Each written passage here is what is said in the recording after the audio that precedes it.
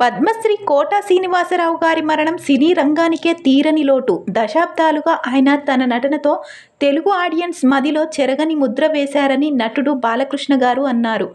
కోట మృతి పట్ల తీవ్ర దిగ్భ్రాంతి వ్యక్తం చేశారు.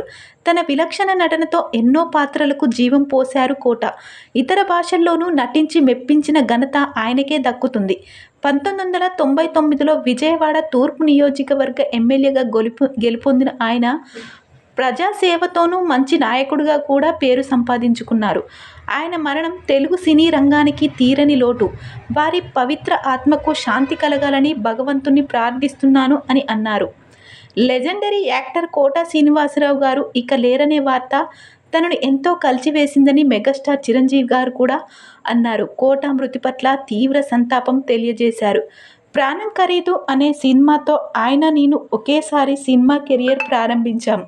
ఆ తర్వాత ఎన్నో వందల సినిమాల్లో నటించి తన విలక్షణ నటనతో తెలుగు ప్రేక్షకుల మదిలో చిరస్థాయిగా నిలిచిపోయారు. రోల్ ఏదైనా ఆయన మాత్రమే చేయగలరన్న గొప్పగా నటించారు. ఇటీవల ఆయన కుటుంబంలో జరిగిన విషాదం ఆయన్ని మరింత కుంగదీసింది. ఆయన లేని లోటు చిత్ర పరిశ్రమ, సినీ ప్రేమికులకు ఎన్నటికీ తీరనిది. ఆయన ఆత్మకు శాంతి చేకూరాలని ప్రార్థిస్తున్నాం అని అన్నారు. ప్రస్తుతం ఈ విషయం ఎంతో వైరల్ అవుతుంది. కోట శ్రీనివాసరావు గారి మరణం ఏది ఏమైనా తీరని లోటు. ఆయన ఆత్మకు శాంతి చేకూరాలని మనం కూడా ప్రార్థిద్దాం.